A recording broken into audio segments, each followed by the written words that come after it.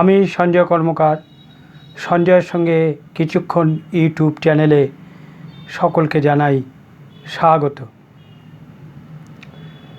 BJP সরকার গড়তে চলেছে। 9 মে শপথ গ্রহণ অনুষ্ঠান, কিন্তু তারই মধ্যে নবান্নে জয় শ্রীরাম ধ্বনিতে তার সকল অলিন্দ কেঁপে উঠল। সংবাদ মাধ্যমে এবং সমাজ মাধ্যমে দেখা গেল যে ঘেউ ঘেউ নয়, জয় শ্রীরাম ধ্বনিতে নবান্নের সমস্ত অলিন্দ 14 তলা কেঁপে উঠল জয় শ্রীরাম ধ্বনিতে। দেখা গেল যে সিঁড়িতে বা সমস্ত বারান্দায় বা ব্যালকনিতে বা সকল ফ্লোরেই ঘর থেকে বেরিয়ে এসে নবান্নের কর্মচারীরা জয় শ্রীরাম ধ্বনিতে কাঁপিয়ে তুলল 14 তলার ওই নবান্ন, যেখানে মুখ্যমন্ত্রী মমতা বন্দ্যোপাধ্যায় তার রাজ্যপাঠ পরিচালনা করতেন। অবশ্য যে সময় জয় শ্রীরাম ধ্বনি উঠল সেই সময় মমতা ব্যানার্জি ছিলেন না, তার কারণ তিনি এখন বিদায়ী মুখ্যমন্ত্রী। তিনি অবশ্য বলেছেন যে তিনি পদত্যাগ করবেন না, রাজভবনে পদত্যাগ করতে যাবেনও না। এটা একটা আজব দাবি এবং অদ্ভুত যুক্তি। আমার বেশ মনে পড়ে, ছোটোবেলায় আমরা খেলতাম, কোনো একটা ছোট্ট বাচ্চা সে বলতো, না না না আমি আউট হইনি, আমি আউট হইনি, আমি আবার ব্যাট করব, না না না আমি ব্যাট করব, আমাকে বাদ দিলে চলবে না, আমাকে বাদ দিলে চলবে না, আমি আউট হইনি, আমাকে বাদ দিলে চলবে না। এটা ঠিক যেন সেই রকম ছেলে মানুষই সেই রকম একটা আচরণ ও অভিব্যক্তি। বিপুল জনসমর্থন নিয়ে বিজেপি সরকার গড়তে চলেছে আগামী দিনে। বিরোধী আসনে যারা বসবে তাদের গঠনমূলক ভূমিকা দরকার। সরকার পক্ষের আসন সংখ্যা যতই শক্তিশালী হোক বা সরকার পক্ষ যতই শক্তিশালী হোক, বিরোধী পক্ষ শক্তিশালী হওয়া দরকার। গণতন্ত্রের জন্য একটা শক্তিশালী বিরোধী পক্ষ থাকা দরকার এবং সেটাই সুস্থ গণতান্ত্রিক রীতিনীতির এক বিধি ব্যবস্থা।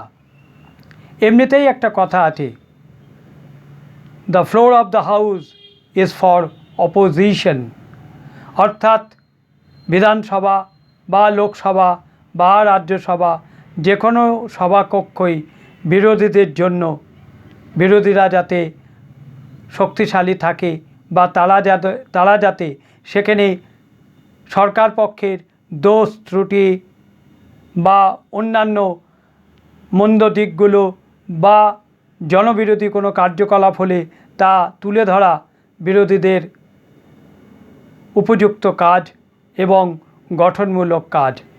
কারণ বিরোধীরাই গণদেবতার বা জনগণের কণ্ঠস্বর।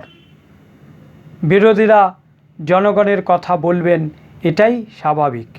কিন্তু বিরোধী হয়েও বিরোধী না হওয়ার ভান করা, এটা একটা আজব যুক্তি, আজব দাবি, অযৌক্তিক কল্পনা।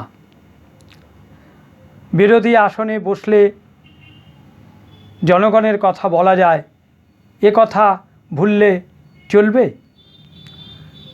15 বছর ধরে একটা দল সরকার চালিয়েছে, জনগণ তাদের সুযোগ দিয়েছে সেই সরকার চালাতে।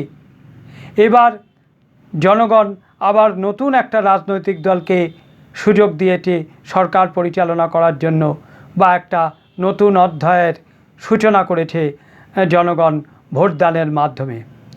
তার চেয়েও বড় কথা, এবারে নির্বাচন কমিশন যথেষ্ট ভালোভাবে পরিচালনা করেছে নির্বাচন, যেখানে কোনো মানুষ তার অসুবিধে বা আপত্তির কথা বলেনি, বা কেউ এটা বলেনি যে এবারের নির্বাচন হিংসা, অশান্তি এবং গণ্ডগোলে ভরা ছিল।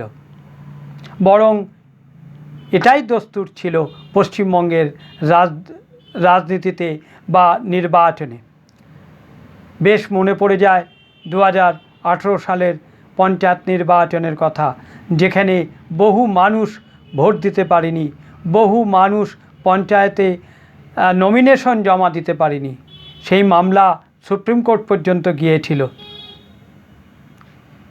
কিন্তু এবারের নির্বাচন হয়েছে সুষ্ঠু, সুন্দর ও অবাধ।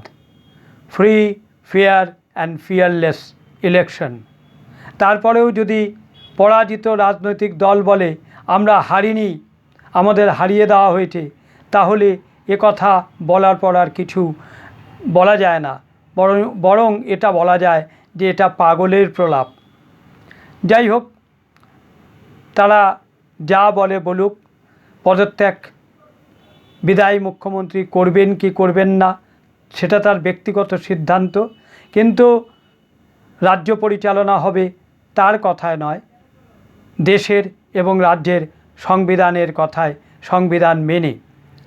রাজ্যপাল নিশ্চয়ই যথোপযুক্ত ব্যবস্থা নেবেন, নির্বাচন কমিশনও যথোপযুক্ত ব্যবস্থা নেবেন, এবং আইন প্রণেতা যারা আছেন বা আইনজ্ঞ আছেন তারাও সঠিক দিক নির্দেশ করবে যে তিনি পদত্যাগ না করলে কি হবে।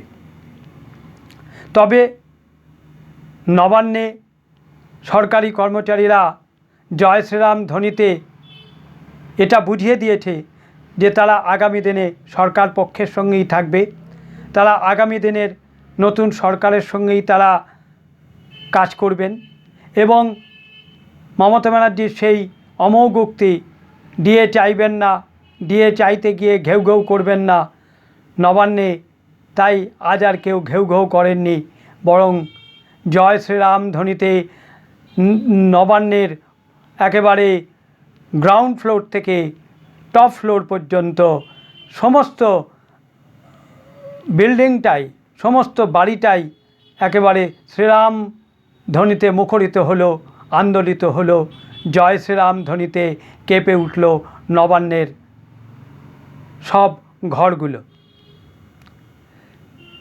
আশা করি মমতা ব্যানার্জি এটা দেখেছেন এবং সেটা শুনেছেন, এবং দেখে এটাও তিনি বুঝতে পেরেছেন যে নবান্নের কর্মচারীরা এখন নতুন একটা যুগের সূচনা হতে চলেছে জেনে তারাও সেই দিকে অংশগ্রহণ করবে বা তাদের সঙ্গেই কাজ করবে।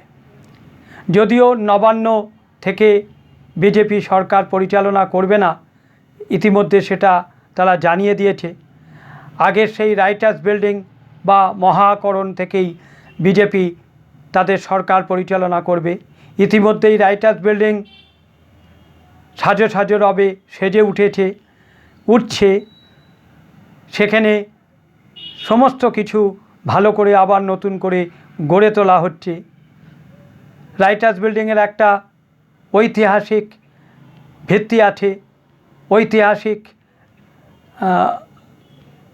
আলোচনা করার মতন একটা বিষয় আছে।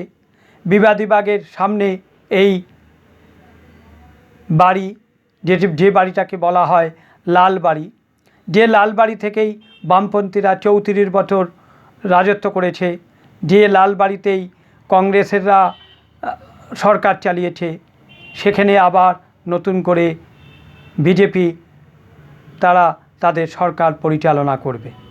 মহারণের পর বিজেপি বেছে নিয়েছে মহাকরণ, ধর্মতলায় বিবাদীবাগে, যেখানে আবার নতুন করে সরকারি কাজকর্ম পরিচালনা হবে।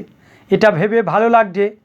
এটা একটা আবেগের জায়গা, এটা একটা ঐতিহ্যের জায়গা, যেটাকে বলা হতো অফিস পাড়া, যে অফিস পাড়ায় আবার নতুন করে দোকান হবে, নতুন করে আবার সেজে উঠবে বিভিন্ন খাবার দাবারের দোকানে।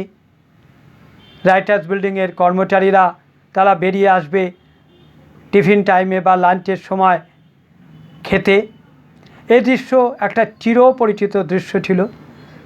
আমার মনে হয় তা আবার নতুন করে শুরু হবে। তবে এই মহাকারণও আবার জয় শ্রীরাম ধ্বনিতে মুখরিত হয়ে উঠবে। সেখানে বিজেপির নবনির্বাচিত মুখ্যমন্ত্রী সেখান থেকেই তার কার্য পরিচালনা চালিয়ে যাবেন এবং কর্মভার গ্রহণ করেই তিনি নিশ্চয়ই সেখানে পদার্পণ করবেন এবং তার পদার্পণের সঙ্গে সঙ্গেই আবার নতুন করে মহাকরণ জয় শ্রীরাম ধ্বনিতে মুখরিত হবে, আন্দোলিত হবে। এখনকার প্রতিবেদন এই পর্যন্তই। আবার পরবর্তী প্রতিবেদন পরবর্তী সময়ে নিয়ে আপনাদের সামনে উপস্থিত হব। আমার চ্যানেলটি আপনারা লাইক করবেন, সাবস্ক্রাইব করবেন এবং আপনাদের গুরুত্বপূর্ণ মতামত আপনারা কমেন্ট বক্সে জানাবেন। সেই সঙ্গে চ্যানেলটিকে শেয়ারও করতে ভুলবেন না। এখন এই পর্যন্তই। সবাই ভালো থাকুন, সুস্থ থাকুন ও আনন্দে থাকুন। নমস্কার।